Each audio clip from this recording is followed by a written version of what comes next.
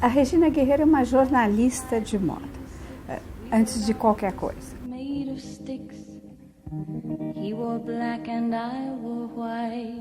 Transgressora. Regina é transgressora. Uma pessoa que revolucionou com a sua descontração, com a sua ironia, com a sua independência. Intensa, passional, diaba, Deus, todas seriam palavras que de uma maneira cabem para se falar sobre ela. Muito vulgar, eu acho, resumir a Regina em uma palavra, uma frase só. Ela poderia fazer isso, mas eu não.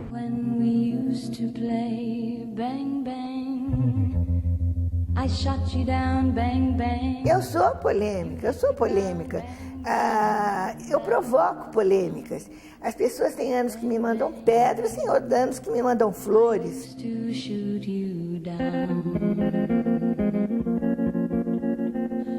Regina Guerreiro, densa, intensa, passional. E entre idas e vindas, eu fiquei sendo a Regina Guerreiro. Regina Guerreiro, ícone da moda brasileira. É jornalista, editora e crítica. Nascida em São Paulo na década de 40, fez curso de jornalismo na Faculdade Casper Líbero. Começou a trabalhar em 1964 como secretária de moda nas revistas femininas da editora Abril. Pouco tempo depois, atingiu o status de editora de revistas como Manequim, Cláudia, Ilusão, Contigo, 70 e Elle. Na Vogue Brasil, começou na seção O Jornal da Moda e pouco tempo depois se tornou editora e diretora da revista, onde permaneceu por 14 anos. Por meio da palavra e da imagem, modernizou o jornalismo de moda no Brasil. Como na maioria das representações, vestiu uma personagem teatral e dramática, facilmente descrita por um desenho. Um cabelo Chanel preto, um batom vermelho e seus óculos escuros. Ela pode ser considerada talvez a editora de moda mais influente da história da moda brasileira, por justamente ter construído esta persona e ter, de alguma maneira, ensinado o Brasil o que era se ter uma grande editora de moda. Essa figura da editora de moda dramática, né? Intensa, passional, fulminante, esse papel na moda brasileira, sem dúvida, só tem uma atriz, e é a Regina Guerreiro. A moda é uma droga poderosa. Depois de 6 meses, passa o barato e você tem que comprar outra roupa. A minha paixão sempre foi a palavra. Eu sempre gostei de ler, sempre gostei de escrever, sempre fui a melhor redação do Desvazou. Mas, claro, como toda mulher, gosta de moda. E, embora não tenha sido meu assunto específico, quando eu fui trabalhar na Abril, eu fui fazer a seção Garotas para a revista Manequim. E foi exatamente nesse tempo que as pessoas estavam começando a fotografar a moda. Então me jogaram no estúdio. E que no começo eu odiei, porque eu achava, imagine, sabe aquela fresquinha que sai no Desvazou? Eu sei falar francês, eu fiz faculdade de jornalismo, e eu agora fico ajoelhada, amarrando bota de modelo. Mas até que, pouco a pouco, eu entendi a magia da imagem. E eu não sei se eu me apaixonei mais pela imagem do que pela moda. Mas daí eu, sem querer, eu fiquei bem completa, no sentido que eu era uma pessoa que escrevia e que entendia de imagem. E daí, quando eu comecei a entrar, a ver mesmo a fascinação que era o mundo da moda, a efervescência, né? Pegar o começo da mini saia, pegar o começo da moda gráfica, do cardan. Claro que foi aumentando cada vez mais a minha curiosidade, eu fui me apaixonando cada vez mais por essas transformações. A Regina, ela chamou muita atenção no final, quando ela foi para a revista Cláudia, no final dos anos 60. Né, que ela foi em uma revista também chamada 70, que teve na Abril, que durou pouco tempo. E a Regina, ela começou a chamar muita atenção pelo jeito da abordagem dela, que era muito moderna, que tinha a ver... Era uma época em que tudo era moderno. Os anos 60 foi uma coisa tão... Nunca mais vi isso acontecer, acho que nunca mais aconteceu isso desde então. De um dia... Foi literalmente assim, de um dia para o outro, tudo ficou ultrapassado. Tudo que tinha vindo não era mais legal, era o que vinha agora. Então tinha a corrida espacial, você tinha o amor livre, você tinha os hippies, você tinha tudo uma coisa que até então ninguém tinha feito. Então a Regina, como eu falei, ela era dessa geração, ela entendeu isso e ela passou isso para o trabalho dela.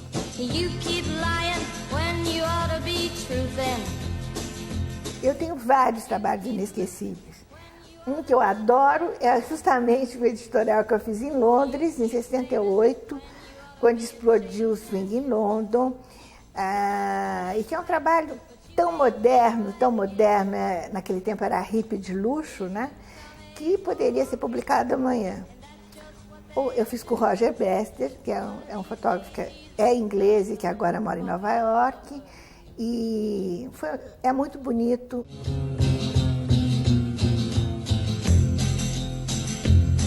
Eu acho que o trabalho dela teve uma importância pontual justamente na formação da editoria de moda no Brasil. Foi das primeiras pessoas que decidiu se dedicar 100% a fazer exatamente isso. E disso ela fez a vida dela. Ela é uma pessoa que tem uma vivência e um conhecimento da moda muito grande. Ela participou do todo o início da moda, da indústria da moda no Brasil, né? Então, essa entrada, essa saída do mundo artesanal e do mundo da costureira para o mundo da indústria, a Regina praticamente que acompanhou. Eu sou uma pessoa extremamente curiosa, extremamente perfeccionista e fui lendo muito, fui viajando, eu tive muita chance. Eu fui, acho que a primeira jornalista brasileira que viu Coleção de Paris, que viu alta costura, que viu os desfiles do Saint Laurent dos anos 70, que viu a Chanel viva daquela escadaria. Essas coisas todas você vai crescendo, porque viajar, ver, viver, tudo vai te acrescentando. E é por comparação que a gente cresce, né? Vendo isso, vendo aquilo. Nos anos 70, nos anos 80, ela ajustou a linguagem do jornalismo de moda a uma época, a época dela, assim, entendeu? Era uma linguagem um pouco pedante, cheio de galicismos ou francesismos, e ela continuou usando, mas de uma maneira mais descontraída. Talvez seja porque o mundo now exige uma overdose criativa que ninguém aguenta. A moda deveria ser uma consequência direta da vida e da evolução do mundo, em termos de necessidades, em termos de desejos. Mas lugar nenhum muda de comportamento a cada 6 meses, certo? Ai, nunca a palavrinha moda foi tão falada, endeusada, bem agora que está tão frágil, completamente vazia dela mesma. A tal da moda se repete, a tal da moda enlouquece. E acho que a Regina trouxe isso para o Brasil. E esse texto curto em revista, essa coisa de mostrar a moda a partir da passarela, a partir de imagens de passarela mesmo, de um jeito fácil e rápido e conciso e ao mesmo tempo atraente. Eu acho que a Regina imprimiu um padrão de visual, de personalidade de texto e que marca um patamar. A partir daí as pessoas se posicionam ou fazendo coisas parecidas ou fazendo coisas diferentes, mas marca um patamar. Que isso que é vamos dizer assim, a graça e o charme das pioneiras. A meu ver, a grande contribuição mesmo foi pensar em imagem de moda, na construção da imagem como um todo. Isso significa pensar na cenografia, no casting, na edição dos looks, né? Pensar no editorial de moda.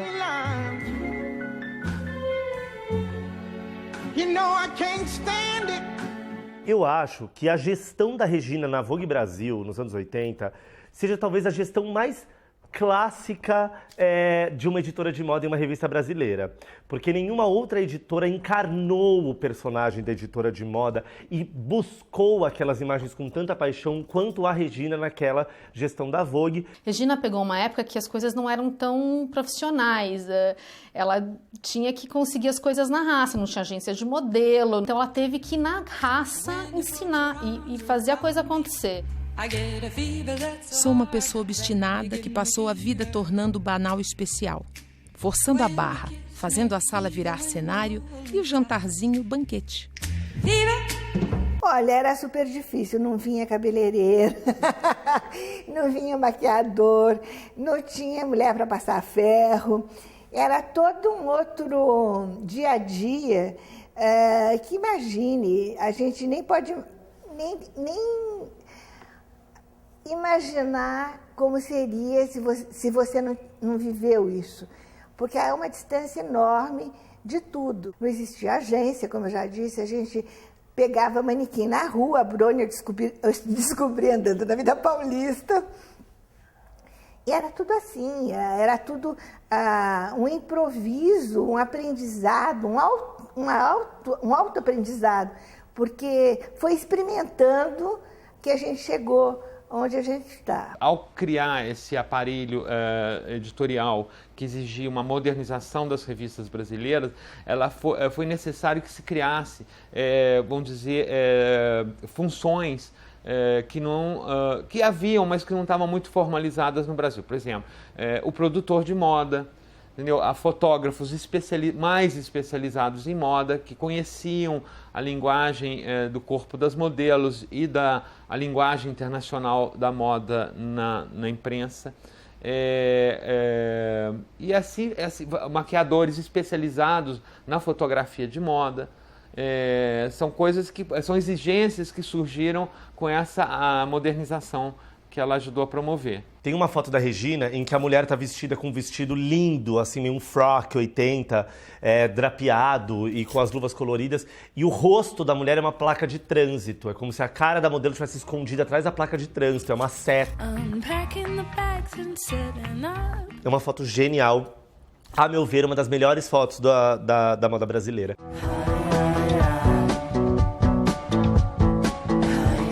A melhor fase foi, sem dúvida, a Vogue. E eu tenho trabalhos que eu acho memoráveis, inclusive um que eu faço a reprodução de quadros célebres. Na realidade, era uma edição especial para Pedro Maria Bardi, que era diretor do Museu de Arte Moderna. E então eu perguntei para ele quais eram os quadros preferidos dele. E nós fizemos a produção exata, a roupa exata, o make-up exato e o clique mágico do Miro, que realmente ele as últimas consequências do perfeccionismo da luz, da sutileza, da expressão, do gesto. Eu aprendi com a Regina Guerreiro a ser perfeccionista. Acho que a Regina Guerreiro, para ela, aprendi com ela de que as coisas só tem um jeito das pessoas ficarem boas. E que as coisas têm que ficar absolutamente certas, que as coisas têm que ser perfeitas. Então, aprendi com ela a perseguir o perfeccionismo. Eu poderia comparar nas suas devidas proporções, e acho que essa comparação poderia até ser tola, mas assim, essa gestão seria o que foi a gestão da Diana Vreeland na Vogue América, nos anos 60, que nunca mais houve igual. A Regina Guerreiro na Vogue Brasil, e a maneira como ela movimentava o mercado e construía a própria imagem da editora, da diaba, da tirana, da carrasca, da sensível, da incrível, da maravilhosa, a gente só poderia comparar com a Regina Guerreiro na Vogue Brasil. Ela tinha um legado tão importante que chegou a ser confundido com o nome Vogue. Era nome Vogue ou Vogue via Regina Guerreiro, né? Então tem histórias incríveis, desde, assim... eu lembro, né, eu tenho inclusive a revista, é um editorial que ele é todo azul, todo em tons de azul. Então era a modelo pintada de azul, o cenário era azul, a roupa era azul. Até tem uma história que ela comenta assim, que ela também pintou o pato de azul e aí uma coisa muito louca, isso é muito louco. E aí o pato se foi, né? Coitado. pato, ganso, sei lá. Mas era a questão da estética mesmo, né? De conseguir perceber tonalidade, forma, cor, textura, não só no produto, mas como isso se comportava numa imagem de moda. Esse dia do pato a gente estava fazendo uma matéria toda azul e eu achei que ia ficar lindo. Passei spray azul no pato. E ele fez tum-tum-tum e morreu. E eu falei pro Turan, clica, porque tá morrendo. E foi assim, eu acho que o último.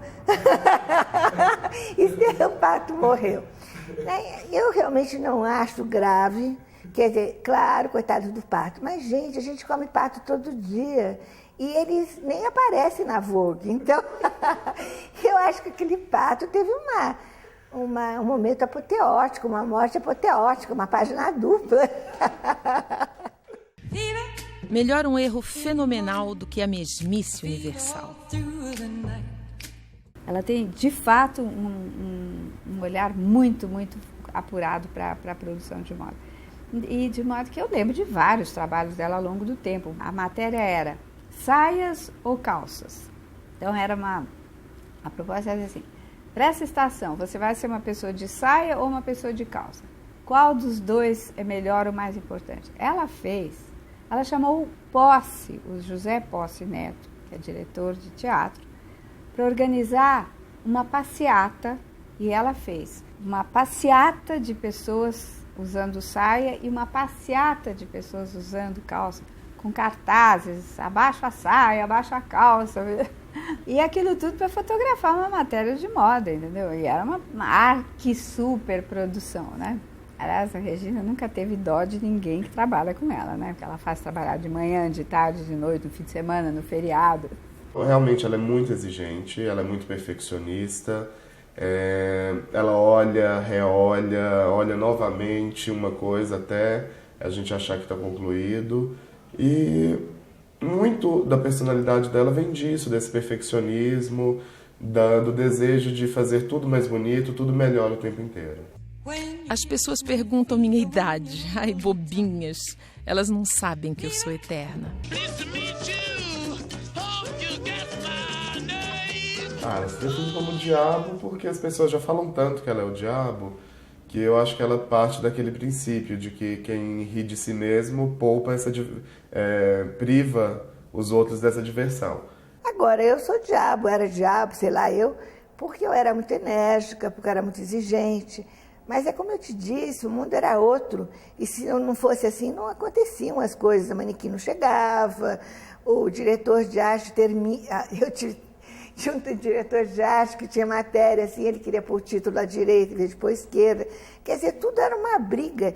E se você não fosse fundo, você perdia a parada, né? Fazia o que as pessoas queriam que você fizesse e você não punha o teu lacre, a tua marca pessoal. Ela ensinou as pessoas a trabalhar de uma forma criativa, por conta, enfim, da genialidade dela. O trabalho dela é muito pautado em cima de arte, em cima de cor. Então as referências são as mais variadas. Às vezes uma foto vira uma referência, uma foto de rua. Às vezes o livro que ela compra em algum lugar, que ela traz de Paris, vira uma referência.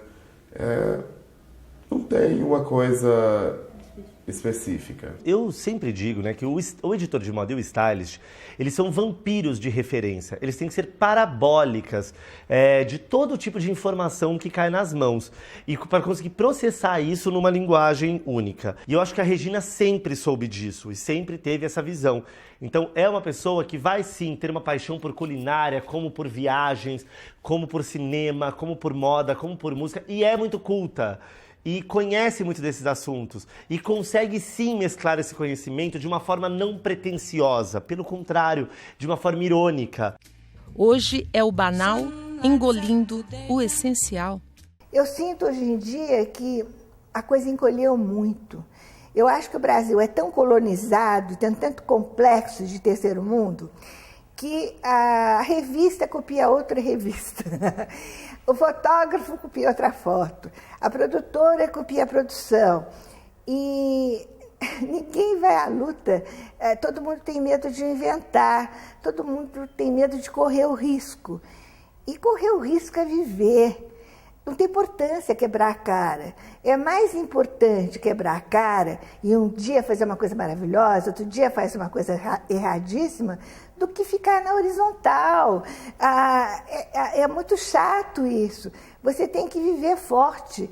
Você tem, como é que eu disse mesmo, tem uma frase minha, é melhor um erro fundamental do que a mesmice universal, uma coisa assim, eu não sei se a palavra é essa. Mas é isso aí, gente. Vamos experimentar. Vamos misturar doce de leite com não sei o quê. Senão não tem nem por que ter nascido, né? Se é para deixar tudo como já estava.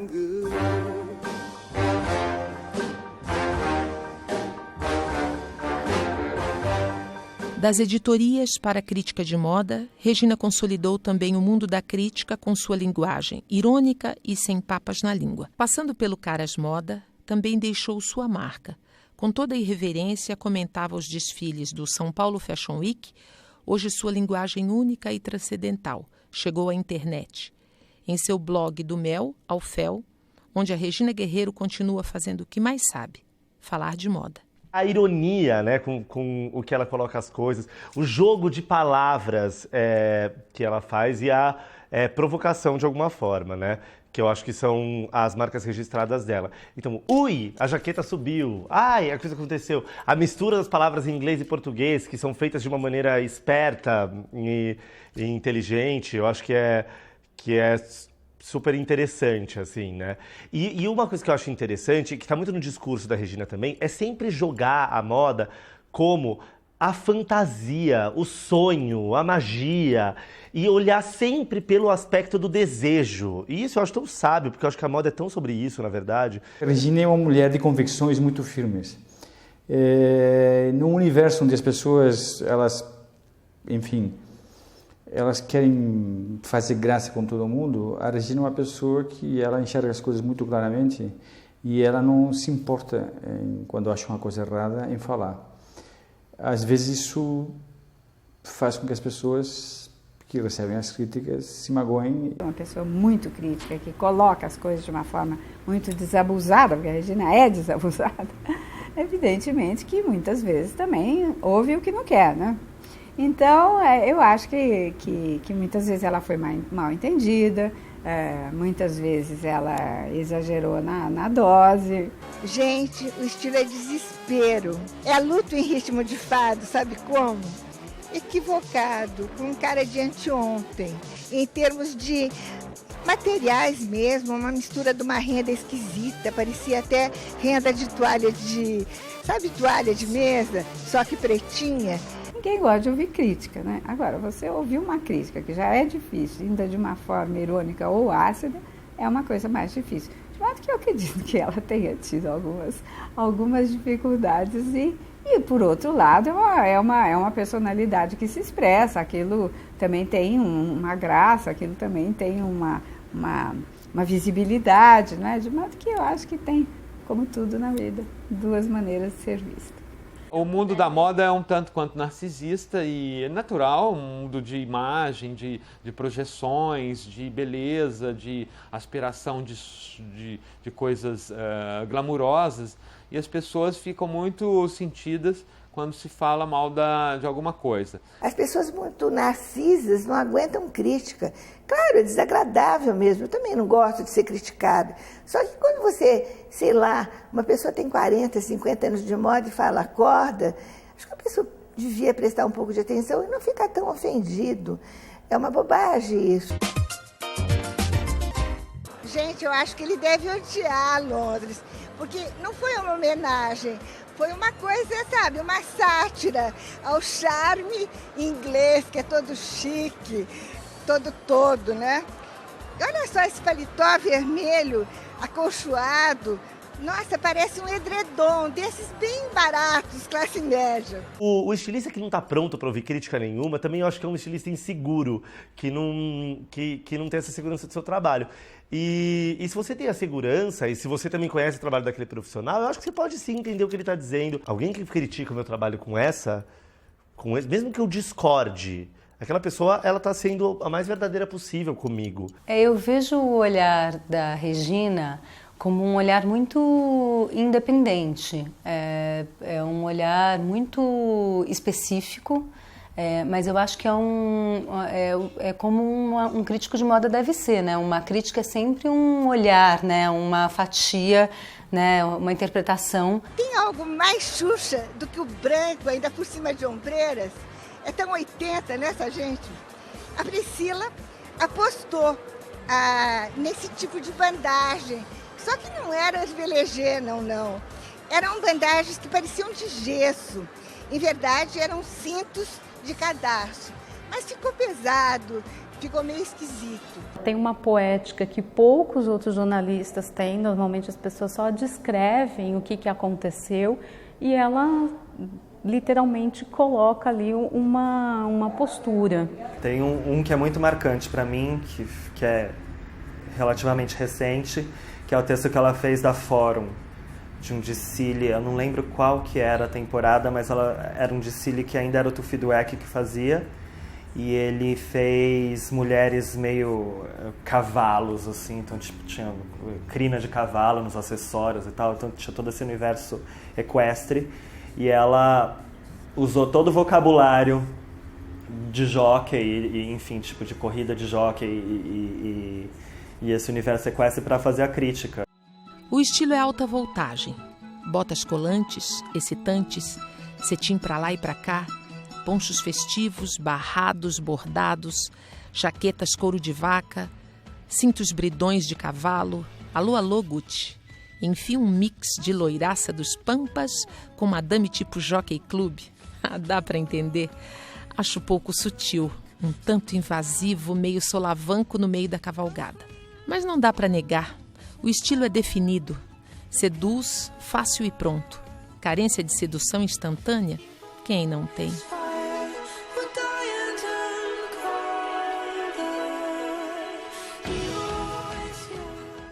Tem uma história engraçadíssima, acho que dos anos 80, com o estilista carioca. Ele fez uma coleção inspirada em touradas, em Espanha, alguma coisa do gênero. E a Regina fez uma crítica dessa coleção, que ela dizia na crítica que ela ficava com medo. Teve um determinado momento do desfile que ela se encolheu na cadeira com medo de um touro aparecer e sair derrubando todo mundo. Era assim, aquele terror de Espanha, sabe? Caliente, aquelas salas, aquelas saias imensas. Tudo de muito mau gosto, porque até pode fazer de bom gosto Espanha, né? Mas era de muito mau gosto. Eu falei, eu fiquei até com medo que o touro aparecesse, porque só faltava o touro, né? E daí ele teve que ir para uma clínica, ficou muito nervoso, coitado. Hoje em dia nós vivemos um mundo, principalmente na moda, em que todo mundo é político. Todo mundo gosta de tudo, todo mundo é amigo de todo mundo. E com a Regina não é assim. Ela não gostou, ela não gostou. Então a Regina pensa a moda. Então quando ela faz qualquer tipo de observação ou até de crítica, né, é a partir desse pensamento que ela faz. É uma coisa que tem uma coerência, não é uma coisa leviana.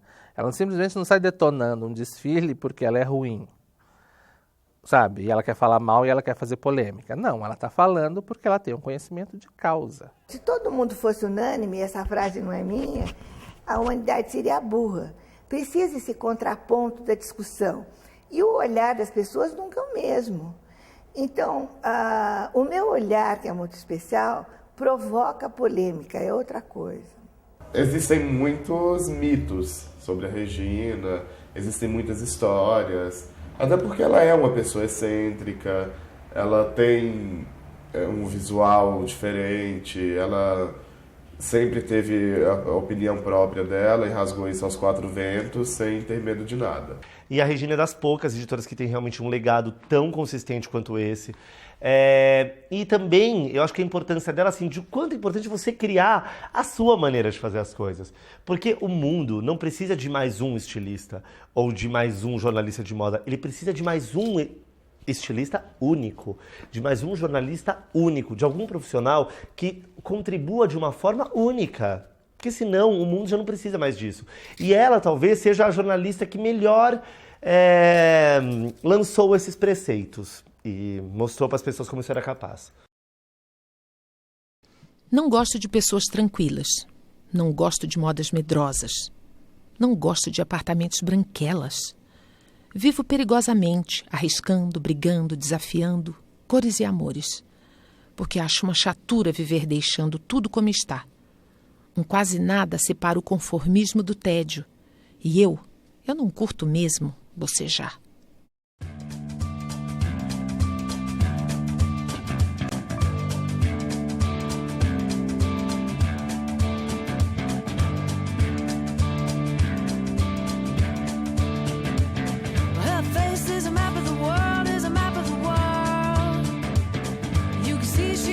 Eu lembro de coisas engraçadas que ela fazia a gente trabalhar no carnaval, e aí ela falava: imagina, filhinhas, a moda está muito acima de manifestações populares, né? Não tem, que carnaval? Você quer trabalhar com moda? Não tem nada de carnaval, não. Tem que trabalhar, tem que ralar. E ela sempre muito carinhosa, perguntando do meu filho e tudo, e aí de repente ela deu risada e falou: quando uma vez a minha mãe começou a insistir para que eu tivesse filho, então que eu adotasse um filho, e eu falei para ela assim: tudo bem, eu adoto, mas eu quero uma loira japonesa. Aí não se achou a loira japonesa, ficou tudo por isso mesmo.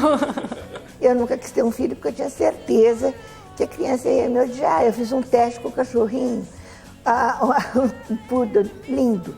Eu chegava em casa e ia brincar com o poodle, ele nem olhava para mim, ele só queria a perna da cozinheira. E daí eu ficava com raiva, beliscava, bom, ia ser a mesma coisa que o bebê, não tive.